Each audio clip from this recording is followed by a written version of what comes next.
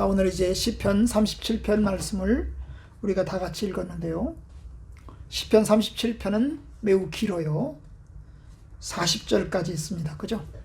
우리가 이제 1편부터 시작해서 37편까지 오고 있는데 두 번째로 긴 시입니다. 시편 18편이 가장 길었고 두 번째로 긴 시가 이제 시편 37편이 되겠습니다. 이 시편 37편은 길면서 또 한편으로는 독특합니다. 우리가 이제 몇 번 본 적이 있지만 한 절 혹은 두 절마다 히브리어 단어 알파벳으로부터 시작을 합니다. 알렙, 베트, 기멜, 달렙, 해 이런 식으로 해서 한 절 혹은 두 절마다 가면서 이제 한 절, 두 절이 뭐냐면 우리가 이제 이 성경책이 이 절수가 만들어진 것이 나중에 만들어졌잖아요. 그죠?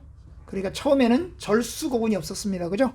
절수 구분이 없는 상태에서 일정한 길이마다 시편 기자가 알렙, 베트, 기멜, 달렙 이런 식으로 이제 첫 단어를 써가지고 이제 집어넣습니다.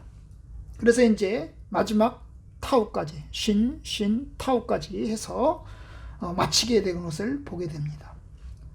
이 첫 글자부터 시작해서 마지막 절까지 알파벳을 달리해서 쓰려면 얼마나 머리가 좋아야 될지 몰라요. 그죠?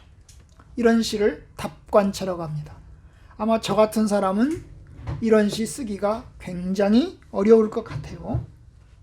그런 면에서 시편 기자는 참 대단한 것 같습니다. 그런데요, 이 시편 37편은 이 특징이 있는데 긴데 기도는 아닙니다. 하나님께 드리는 기도문은 전혀 나오지 않습니다. 오히려 뭐뭐 해라, 뭐뭐 하지 마라 이런 명령이 나오는 시입니다. 이거 해라, 이거 하지 마라 그러면서 이제 권고 혹은 명령이 나옵니다. 그러면서 이제 왜 하지 말아야 되는지, 왜 해야 되는지를 이야기합니다. 그래서 이제 지혜의 시라고 합니다. 이 시편을 지혜의 시라고 합니다. 거기서 말하는 지혜라고 하는 것은 머리가 똑똑한 게 아니고 하나님을 경외하면서 하나님의 뜻대로 세상을 보는 눈, 이것이 지혜입니다. 하나님의 눈으로 세상을 보는 것, 이것이 지혜입니다. 똑똑해서 다른 사람 속이고 공부 잘하고 이게 아니고 하나님의 눈으로 세상을 보는 거예요. 인생을 길게 보고 하나님의 다스리심과 하나님의 통치하심을 보는 것이 바로 지혜입니다. 오늘 본문에서 이제 그러면 시편 기자가 무엇을 이야기하는지를 우리는 볼 수 있습니다. 어떻게 이 세상을 보는지를 이야기해 줍니다. 그래서 이제 오늘 한두 가지를 이야기를 하려고 합니다. 우선 첫 번째 보시면 이 시인은 세상에서 악한 사람을 보여주고 있습니다. 세상에서 악한 사람이 있다는 겁니다. 세상은 하나님이 만들었죠. 하나님이 다스리십니다. 그런데 이 세상은 의인들이 가득 찬 게 아니고 하나님을 경외하는 사람들이 가득 찬 게 아니고 악인들이 많습니다. 의인들만 있고 악인들이 없으면 얼마나 좋겠습니까? 그러면 성도들은 상처받을 일도 없고 하나님 원망할 일도 없고 고통받을 일도 없을 겁니다. 그런데 이 시편 37편에서 보여주는 세상은 악인들이 득실득실 거리는 세상입니다. 악인들이 득실득실 거려요. 악한 사람들이 아주 많아요. 그래서 이제 37편의 첫 절에서 그 이야기를 합니다. 악을 행하는 자들 때문에 불평하지 말며 불의를 행하는 자들을 시기하지 말지어다. 악을 행하는 사람들, 불의를 행하는 사람들이 있다는 겁니다. 그죠? 이런 사람이 없으면 이 시를 쓸 필요가 없겠죠. 그런데 이런 사람들이 있다는 겁니다. 있어요. 그럼 하나님이 세상을 다스리지 않나요? 하나님이 의인에게는 하나님이 축복해 주시고 악인들에게는 하나님이 심판을 베푸시지 않나요? 이걸 인과응보라고 그러잖아요. 그죠? 하나님께서 악인을 심판하시고 의인을 상 주시는 하나님이 아니시던가요? 만약에 그렇다면 하나님이 악인을 심판하시고 의인을 상 주시는 하나님이시라면 이 세상에 악인은 없어야 됩니다. 그런데 분명히 하나님은 악인들을 심판하신다고 말씀하셨고 의인들을 상 주신다고 말씀하셨는데 여전히 세상은 악인들이 득실득실거리고 있습니다. 의인들은 여전히 고통을 당하고 있습니다. 바로 이것이 이제 시편 기자가 보는 세상입니다. 하나님이 분명히 다스리는데 하나님이 분명히 역사하고 있는데 그런데 악인들은 여전히 존재합니다. 이게 아이러니입니다. 그죠? 이걸 모순이라고 합니다. 모순. 하나님이 다스리고 계신데 하나님이 분명히 역사하고 있는데 살아계신데 한편으로 악인들이 있고 의인들은 고난을 당하고 있습니다. 이게 모순입니다. 모순. 이 모순이라는 말은 원래 이제 칼 막스가 이제 쓰는 용어예요. 암만 어울리지 않는 거예요. 이 두 개가 충돌하는 것입니다. 두 개가 충돌하는 거예요. 참 그게 모순인 거예요. 하나님께서 정의로 다스리는 이 세상에서 뭐예요? 의인들이 고난을 당하고 있습니다. 참 그게 우리가 이해하기 어렵고 납득하기 어려운 것입니다. 하나님을 잘 믿는 사람들이 아프고 하나님을 잘 경외하는 사람들이 고난을 받고 하나님의 진리 가운데로 살아가는 사람들이 어려운 일을 당합니다. 그래서 이제 상처를 입어요. 성도들이 상처를 입습니다. 오늘 보면 이제 불평하지 말며 불평. 시기하지 말지어다. 시기. 여러분 불평과 시기는 마음의 감정입니다. 마음의 상처 때문에 생기는 감정이에요. 그죠?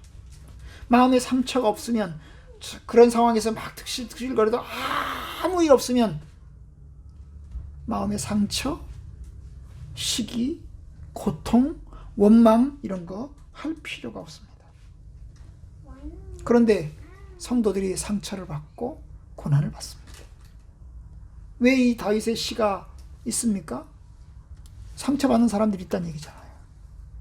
불평하는 사람들이 있다는 얘기잖아요. 누가 불평해요? 세상 사람들이 불평하는 게 아닙니다. 하나님의 사람들이, 하나님의 성도들이 불평하고 있고 하나님의 성도들이 원망하고 있고 하나님의 성도들이 하나님 앞에 상처를 받고 있습니다. 여기가 이게 시편에서만 그런 게 아닙니다. 시편 37편만 그런 게 아니에요. 시편의 다른 시편들도 그렇고 그 다음에 여기저기 그렇습니다. 에레미야서도 그렇고 다니엘도 그렇습니다.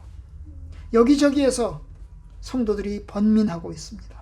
분명히 하나님이 살아있다고 생각하는데 분명히 하나님이 세상을 통치하고 있다고 생각하는데 성도들이 고난을 당하고 성도들이 핍박을 당하고 있습니다. 분명히 하나님이 공정하다고 생각하시는데 하나님이 의롭게 세상을 다스리고 있다고 믿고 있는데 현실은 그렇지 않은 것 같습니다. 그래서 성도들이 이제 힘들고 어렵습니다. 하박국도 그럽니다. 하나님이 왜 그러십니까? 왜 이런 일이 일어나야 됩니까? 도대체 하나님은 언제까지 이런 일이 있어야 됩니까? 그렇게 울부짖는 것이 바로 모순 때문입니다. 모순 때문에. 하나님이 다스리는 세상에서 악인들이 있다는 것입니다. 바로 이 속에서 이제 하나님께서 가르치시는 이야기가 뭐냐 하면 뭡니까? 1절에 보면 불평하지 말고 시기하지 말아라. 상처받지 말라는 얘기죠. 그죠? 시기하지 말고 불평하지 말아라. 좌절하지 말아라. 이것이 하나님의 권고입니다. 이 시인의 권고입니다. 악을 행하는 자들 때문에 불평하지 말고 불의를 행하는 자들을 시기하지 말지어다. 불평하지 말고 시기하지 마라. 시기하지 마라. 왜요? 그 이유가 뭡니까? 2절. 그들은 풀과 같이 속히 배임을 당할 것이며 푸른 채소같이 쇠잔할 것이미로다. 그 이유가 뭐냐 하면 그들이 지금은 큰 소리 치고 있지만, 지금은 성공하고 있지만, 그들이 승리하고 있지만 그 승리가 오래가지 못하고, 성공이 오래가지 못하고, 그 큰 소리가 오래가지 못할 거라는 겁니다. 속히 배임을 당할 것입니다. 속히 배임이 뭐예요? 잘리는데 엄청나게 빨리, 금방, 얼마 지나지 않으면 금방 잘릴 거라는 겁니다. 그리고 쇠잔해질 것이다. 여러분, 풀은 조금만 지나면, 날씨가 뜨거워지면 이제 마르기 시작하잖아요. 그죠? 바로 악인들이 그렇게 망할 것이니까, 그렇게 약해질 것이니까 불평하지 말고 원망하지 말아라. 사실 여기 속히라는 말은 하나님의 시간인 것 같습니다. 우리 시간에서는 속히가 아닙니다. 그죠? 우리 시간에는 아주 길어요. 왜냐하면 지금까지 수백 년 동안, 수천 년 동안 악인들은 계속해서 득실득실 되어왔습니다. 성도들은 계속 상처를 받아왔고, 핍박도 받아왔고, 좌절도 경험해 왔습니다. 이건 하나님의 시간입니다. 하나님께서는 영원이라는 시간에서 볼 때 1000년이라는 시간, 10,000년이라는 시간은 짧은 시간이라고 말씀하시는 겁니다. 내가 속히 잘라버릴 것이다. 그러니까 원망하지 말고 불평하지 마라. 이 시편 37편은 여기저기에서 하나님께서 그 악인들을 멸망시킬 거라는 것을, 심판할 거라고 하는 것을 강조하고 있습니다. 9절, 진실로 악을 행하는 자들은 끊어질 것이다. 끊어질 것이다. 악을 행하는 사람들은 끊어질 것이다. 10절, 잠시 후에는 악인이 없어질 것이다. 잠시 후에, 잠시 후에. 하나님의 시간이죠. 그죠? 하나님의 시간인 잠시 후에는 악인이 끊어질 것이다. 오랜 시간 걸리지 않는다. 우리는 길게 생각해서 참으로 왜 이렇게 시간이 안 가나, 왜 이렇게 악인이 득실득실거리는 시간이 긴가 생각하지만, 하나님은 잠시 후에 악인은 없어질 것이다 라고 이야기합니다. 14절, 악인이 칼을 빼고 활을 당겨 가난하고 궁핍한 자를 엎드러뜨리고 행위가 정직한 자를 죽이고자 하나. 15절, 그들의 칼은 오히려 그들의 양심을 찌르고 그들의 활은 부러지리로다. 그들이 칼과 활을 이용해서 약한 사람들, 가난한 사람들, 의로운 사람들을 죽이려고 하지만, 반대로 그들의 칼이 자기를 찌르고 그들의 활이 자기 스스로 찔러가지고 결국 그들이 죽을 수밖에 없게 될 것이다. 20절, 악인들은 멸망하고 여호와의 원수들은 어린 양의 기름같이 타서 연기가 되어 없어지리로다. 여기 20절에도 악인은 멸망할 것이다. 그리고 하나님의 원수들, 그 악한 사람들은 연기가 되어서 결국 사라져버리고 말 것이다. 소멸되고 말 것이다 라고 이야기합니다. 결국 하나님의 정의로우신 하나님께서 이 모순을 해결하겠다는 거죠. 그죠? 살아계신 하나님이 이 모순을 그냥 놔두지 않고, 하나님이 다스리는 세상에서 악인들도 득실득실거리는 이 모순을 하나님이 그냥 놔두지 않고 하나님이 그 모순을 해결하시겠다라고 이야기합니다. 왜냐? 하나님은 살아계시기 때문에, 하나님이 정의로우시기 때문에, 하나님은 성도들을 버리지 않고 심판하시겠다라고 말씀하십니다. 그러니까 사실 원망하지 마라, 불평하지 마라, 시기하지 마라, 그렇게 이야기합니다. 여러분, 이러한 하나님이 살아계심과 일하심을 믿어야 원망하지 않고 좌절하지 않을 수 있습니다. 믿음이 없으면, 하나님에 대한 믿음, 하나님이 살아계시고 하나님이 공의로우시고 하나님이 악인을 심판하실 것이라고 하는 믿음이 없으면 우리는 세상에서 상처를 받고 불평하고 원망하고 좌절하게 됩니다. 하나님을 믿으면, 하나님의 살아계신 걸 믿으면, 하나님이 공의로우신 걸 믿으면 우리는 악인들이 득실득실거리는 세상에서 하나님이 망하게 하실 것이다. 하나님이 심판하실 것이다. 그러니까 불평하지 말자. 믿자. 이렇게 나갈 수 있습니다. 그래서 이제 37절에서 말하고자 하는 정말 중요한 얘기가 뭐냐 하면 3절 보시면 두 가지 가르침을 주고 있습니다. 여호와를 의뢰하라. 여호와를 의뢰하라. 여호와를 믿으라는 말이죠. 그죠? 여호와를 믿으라. 의뢰라는 말은 믿고 신뢰하는 겁니다. 믿고 신뢰하는 거예요. 하나님을 믿어라. 하나님을 의지하라. 4절 여호와를 기뻐하라. 여호와를 기뻐하라. 기뻐하라. 왜? 살아계신 하나님께서 일하실 것이니까 하나님을 기뻐해라. 5절 내 길을 여호와께 맡기라. 하나님께 맡기라. 하나님께 맡기라. 네가 지금 상처받고 있고 네가 고통당하고 있는데 네 상처와 네 고통을 다 하나님께 맡겨라. 내가 다 알고 있다. 내가 다 알고 있다. 그죠? 그를 의지하라. 7절 여호와 앞에 잠잠하고 참고 기다려라. 하나님 앞에서 잠잠하고 참고 기다려라. 입 다물고, 그죠? 불평하지 말고 원망하지 말고 어떻게 해요? 하나님을 믿고 참고 기다려라. 기다려라. 이게 이제 시편 시인의 권고입니다. 쉬운 건 아닙니다. 그죠? 이건 쉬운 건 아닙니다. 엄청나게 힘든 겁니다. 악인들이 득실득실 거리는 세상에서 하나님이 일하시는 것도 보이지 않는데 하나님을 믿고 하나님을 기뻐하고 의지하고 참고 기다리는 것 무척이나 힘들고 어려운 것입니다. 쉬운 것이라면 얼마나 좋겠습니까? 믿음의 선배들은 아무것도 보이지 않는 곳에서 하나님을 의지하고 신뢰하고 기다렸습니다.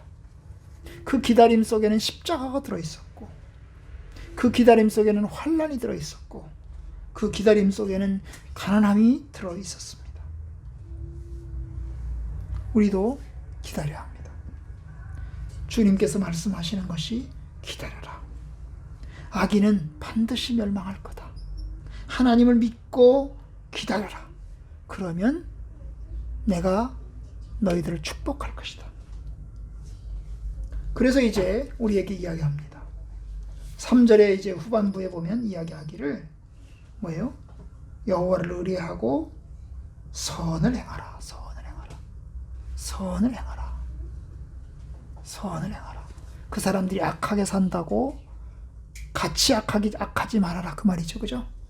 그 사람들이 악하다고 해서 너도 악하지 말아라.